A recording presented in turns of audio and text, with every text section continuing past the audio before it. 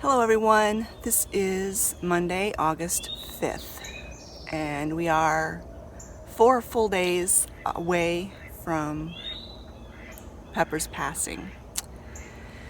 And I'm sitting out on my back deck and I'm drinking my morning coffee.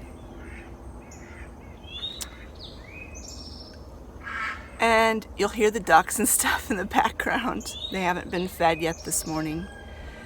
But I just thought that I'd pick up my camera every so often while I'm taking this little break and just kind of document the healing process, the grieving process of when you lose someone that you care for very deeply. And I'm not even going to just say a pet, because for most pet owners, pets become members of the family. And so it is definitely like losing a family member.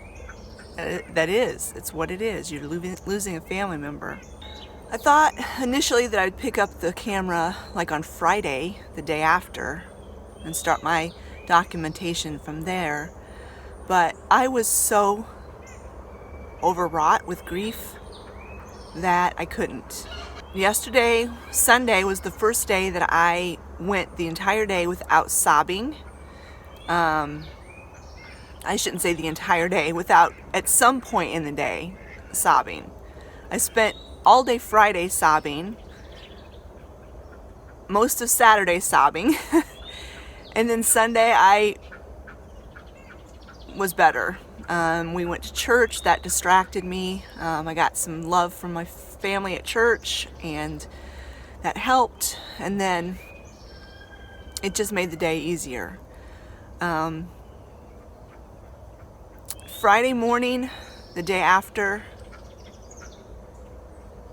well, let's back up a little bit. Later on in this video, I might talk about the actual experience of having your dog put to sleep.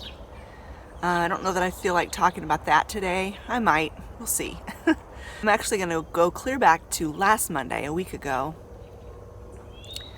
when I knew in my heart that the time was really, really near for her. I hadn't made it up in my mind yet that was going to be the day, but that Thursday was going to be the day, but I knew that the time was coming very quickly. I just had this overwhelming sense of dread all over my body since last Monday. I can't express it any other way, except it was just this oppression that I had on my mind, on my shoulders, on my body. And I was just filled with dread. And then Wednesday, we just decided that it was time. And Scott and I both came to that same conclusion at the same time without even speaking to each other. I just went to his office on Wednesday after he got home from work. His basement, he has a little cubicle downstairs, a little office downstairs. We call it his office, but it's where his computer's at. I went down to his little private space downstairs and I told him, tomorrow I'm going to call the vet because she suffered enough. And he said, okay, I agree with that. And then later he said, I don't want you to think that I was putting that whole decision on you. I didn't mean to sound that way. What I was trying to say was that I had come to the same conclusion, that it was time. I turned my camera around the other way because I found myself squinting too much because I was facing the sun. The sun's not really out, but it's going to be a sunny day. So anyway, I just spent the entire night, Wednesday night, crying.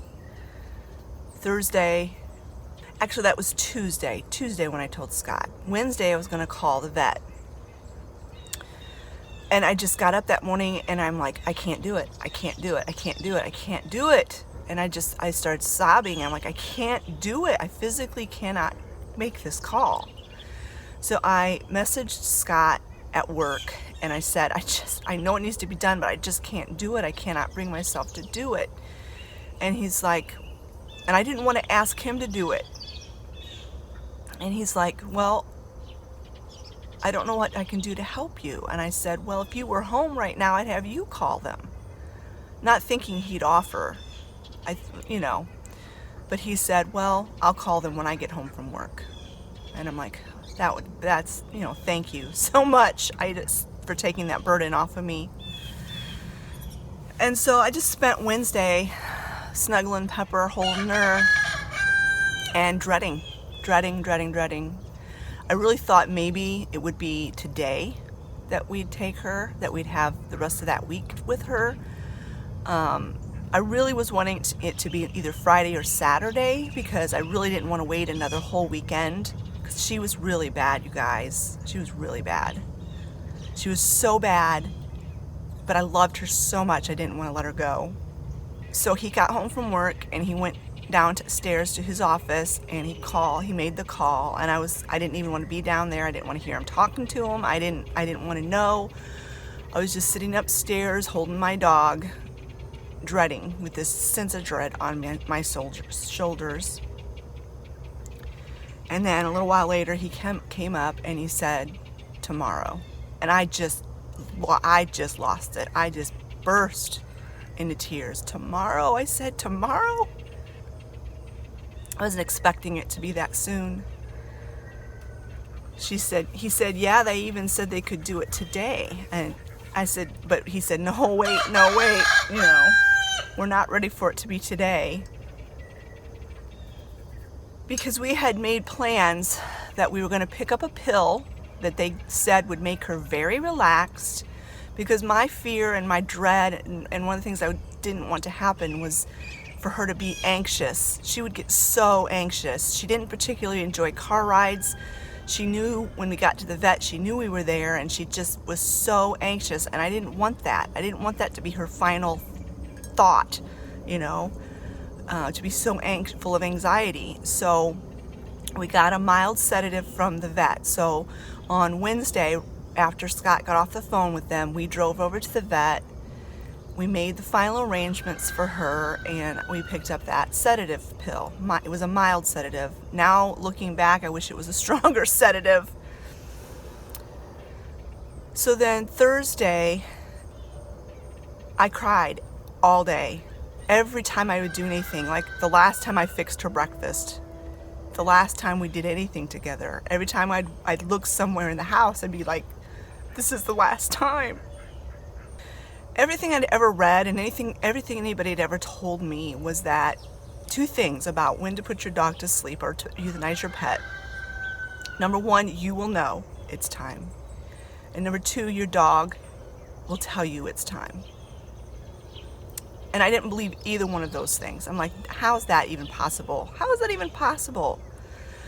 But even though we didn't want to, it was like it took everything in this family to make that decision and to actually follow through with it. Everyone knew that it was time. Olivia even told me later, because we were talking about it, and she's like, and I told her, I said, if it gives you any comfort, your dad and I came to this decision at the same time, and we hadn't even talked to each other.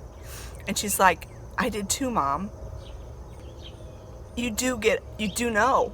Even though you don't think you know, you do know. In your heart, you know. Even if your mind is fighting against everything, you want to keep your loved one with you, you know that it's time. And it was so time for her. It was so time for her. She had fought and struggled, and she was just tired. Everything in her was telling me, Mom, I'm tired. Please make it stop. It was the last act of love I could do for her. Not trying to be too emotional in this video, but there will be emotion, so I'm sorry. If you don't like that, I'm sorry. And then the part about the dog telling you that it's time, I didn't believe it.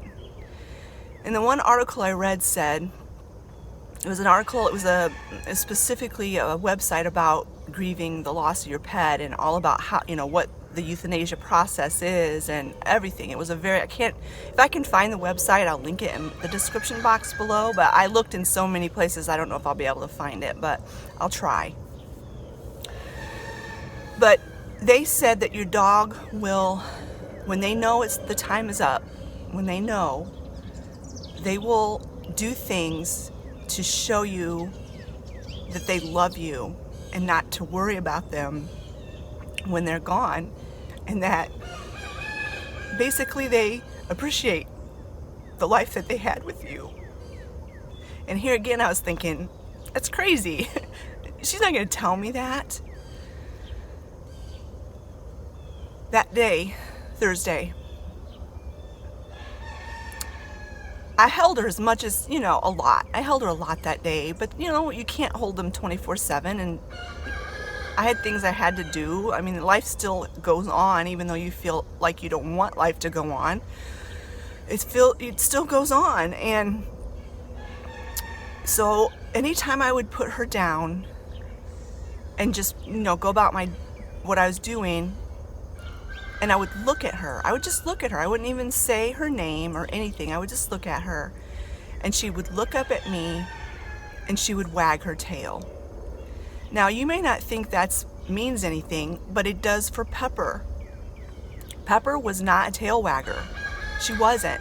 She had been abused and neglected in her early years before she came to us. She was a rescue dog, and so she kept her tail tucked. When we first brought her home, her tail was like in between her legs, constantly tucked. And as the years went by, she relaxed more, and she would let her tail hang, but she hardly ever wagged her tail. And when she did wag her tail, it was like her tail was down, and she would wag with her tail hanging down. It wasn't up in the air wagging like crazy.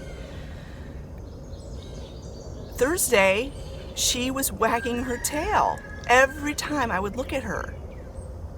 And it dawned on me at that minute, I'm like, this is weird. She doesn't do that. And the bad thing about it was, I was thinking, are we making the right decision?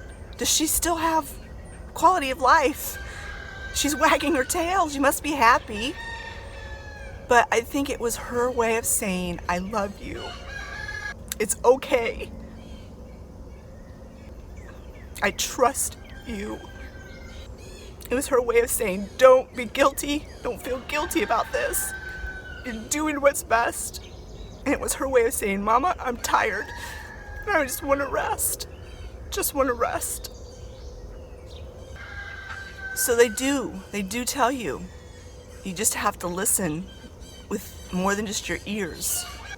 I apologize for all the rooster noises. It's the morning. They haven't been fed yet, and they're all out telling each other how tough they are. I think this video is going to wind up being a multiple part video. It's going to be like a series because it's taking a long time to go through this. And so anyway, I might make a picking up the pieces series for the next few videos. Try not to drag this out for too many days, but it's just something I wanted to share. I wanted to document, and I wanted you guys to know, because you guys have been so kind. I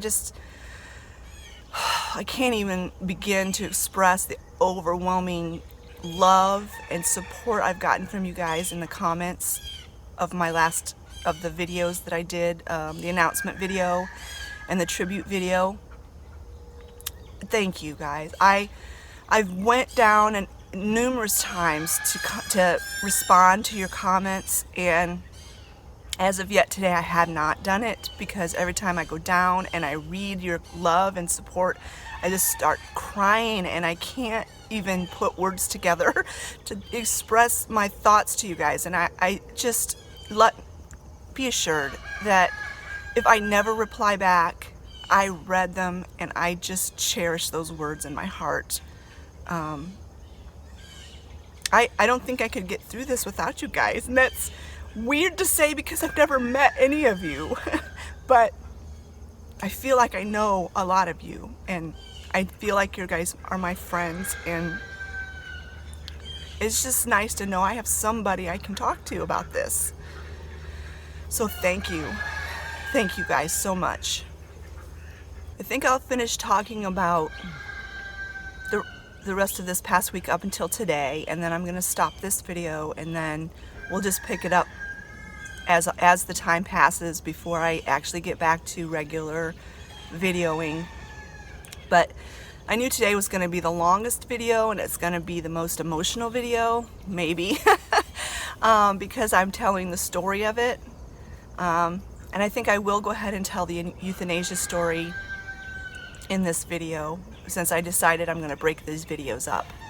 Initially, I thought I'd just make one video with little snippets of my days, but this video is already going to be long, so we'll just have this as a chat video, and then we'll pick up the vid camera later on and make different videos. But anyway, so Thursday we were supposed to give that sedative to her 2 hours before we left. She could still have her Benadryl, and at this point I'd had her back on the tramadol because the pain was just getting to where she couldn't cope with just prednisone. So I spaced the pills out because I wanted her to have, a gradual sedation. Looking back on it now, I probably just should have gave her all 3 pills at the same time, because she was not as sedated as I would have liked her to be. So I gave her tramadol. About an hour later, I gave her her Benadryl. About a half an hour later, I gave her, I don't even know what the name of this pill was, but it was a sedative. And by the time we were getting ready to leave, she was acting pretty sleepy. She was sleeping in my lap. But the minute we went out and got in the car, she had perked back up again. And normally when she was in the car, she was pacing and she was whining and she was really, really anxious. And she wasn't doing that this time. She was not whining at all. She was sitting in my lap, and she was looking out the window. She wasn't whining, and it's like the pill did work. It did sedate her, but it didn't sedate her enough to what we would have liked. It seemed like she actually enjoyed the car ride, which I take comfort in that. She's just looking out the window and watching the scenery go by. But the minute we pulled into the parking lot, she knew exactly where she was, and she started whining, and it just broke my heart because I just wanted her to be calm. And we'd prearranged that we were going to sit out in the car and call them, or Scott went in actually and told them that we were there and that we'd wait in the car, and as soon as the room was ready, that they would come out and get us, so we wouldn't have to wait out in the waiting room. We'd just go straight in. And so when Scott went in, he said, we really need her to be more sedated because she's whining and obviously upset. Could someone come give her a shot in the car just to make her really sedated before we bring her in? Well, they are really reluctant to do that. I really don't know why, but they're well, I do know why. They're reluctant to do that because that kind of sedative can kind of collapse the veins a little bit and make it harder to find a vein when it comes time to do the final shot. So they really are reluctant to do that. So the one girl, I don't know what her name is, but she's been so sweet. She's one of the reception girls. She came out and she said, we have an isolation room in the back, and you can come in the back door. She won't be out anywhere near the other dogs, and maybe that will help. And so instead of going into an actual examining room, we went to this back isolation room, and we said, sure, that sounds fine. So we went back in there, and it was just it wasn't dingy, I wouldn't say. It was just like kind of their storage room. It was where the employees' lockers were, and there was an examining table there. And so we waited, and it wasn't long. It seemed an eternity, but we waited, and she was much less anxious than she would normally have been, but she was still anxious, and it just kills me that she was anxious. That's the worst. That's the most I regret. It was that she had any anxiety at all about it. And so the vet came, and he gave her just a little bit of a exam, just kind of petted her and looked her over, and we talked for a few minutes, and he is the sweetest man. He genuinely loves animals. He genuinely loves his job, and he genuinely cares. He's not in it for money or glory or to say, hey, I'm a vet or a veterinarian. He's in it for the animals because he loves them. He tries so hard to save them, and I know it was very hard for him to do this because he's the one that has been caring for her this whole time. He's the one that did her surgeries, and I just can't say enough about how compassionate and kind he is. And he just kept saying over and over to Pepper, I'm so sorry, I'm so sorry. And he said, I think if you stay up by her head and talk to her and pet her, I'll work on her I'll give the injection in her hind leg, and I think she'll be okay. Well, she was okay. I mean, it wasn't blissful. It wasn't her just saying, sure, I'm fine, and then her going to sleep. It wasn't. It wasn't traumatic, but it was hard. Oh my, it was so hard. It was the absolute worst thing I've ever done in my entire life. And I've had some rough things happen in my life, and that was the worst thing I have ever experienced.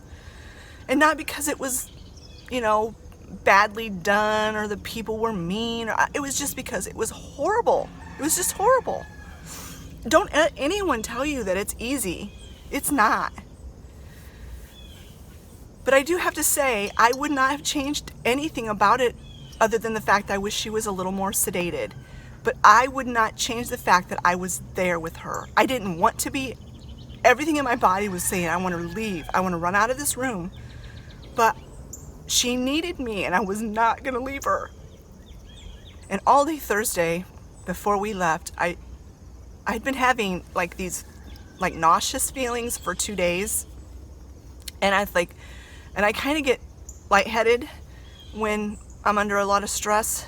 And I just was praying all day, Jesus, please be with me. Please be with me. Help me through this because I cannot do this.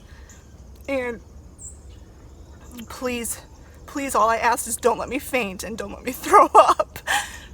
And just help me and keep me calm. Please keep me calm. And although I sobbed and bawled my eyes out, I was not hysterical. And I didn't even feel like I was going to pass out. And I didn't even feel like I was going to throw up. Because he was with me. I know he was there. And so I just held her. I held her paw, her front paw, and I was down and I had my head right on her head, and I was talking to her, and they still had trouble finding a vein because she was so ill. Even though she was constantly at the water bowl, she was actually dehydrated because the cancer was just taking everything. It was taking her food, it was taking her water, it was taking her life. And so that was hard because she wasn't sedated, completely, and they were having a hard time finding the vein. And in fact, Scott doesn't think he actually ever did find a vein. I think it was more subcutaneous than intra whatever, in her vein. But it worked. It did the job. But he gave her a little bit, and he said that's just enough to make her relax. And she did. I felt her relaxing. I had her head cupped in my arm, and I felt her relax. And that was nice. I felt that relaxed because then I was able to be a little more relaxed. And the last thing she did is she licked her chops. She smacked her lips like that, and that was it. The vet put a stethoscope on her, and her heart was still beating, although she wasn't breathing. I guess the heart's the last to stop. I don't know. Her chest wasn't raising, she wasn't breathing, but her heart was still beating. And it's like I said, all of this seemed like it took an eternity, but I know the whole entire thing was less than 5 minutes. I mean, from the minute we walked in the door, it was less than 5 minutes. And then he said that, you know, her heart stopped. And I lost it. I just cried and cried. I cried. But I didn't make a fool out of myself, and I wasn't hysterical. I just was crying. And I had told Scott before we left, I said, if I can't speak, because that's what happens, my voice closes up, my throat closes up, and I can't speak when I'm really upset. I said, would you please ask him to shave off some of her fur for us to keep? Pepper had the neatest coat of fur. It's hard to see it in some of the pictures that I've posted of her, but we always kind of considered her a red dachshund, but she was red, but she had speckles of black. And one time Scott had said, when we first got her, that it looks like someone had shaken Pepper on her back. And that's how she got her name. And it also went well with our theme, because we had the Peanuts gang theme with our dogs, Lucy, Sally, and she's Peppermint Patty, and we called her Pepper for short. And so he did, and he shaved off some of her fur for us to keep. And Olivia and I went shopping on Friday because we just needed to get out of the house, needed to get away from the house, and we were looking for matching lockets, like the memory ones that you could see through, to put some of her fur in, and we couldn't find any. So I went home and I ordered them on Amazon. I ordered them on Friday and they came yesterday. So I'm going to try to show you this locket.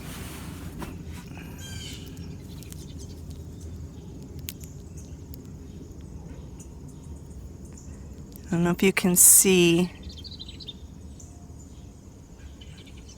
but Pepper's fur is in there. And that way she can always be with us.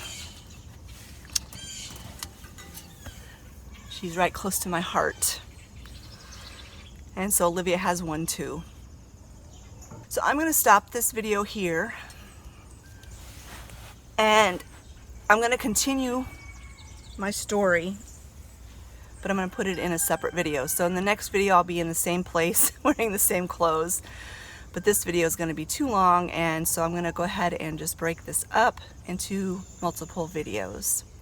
Thanks so much for listening to me, and I hope I wasn't boring, and I hope that you don't mind me sharing this, because I just really need to talk about it. Talk to you later, friends.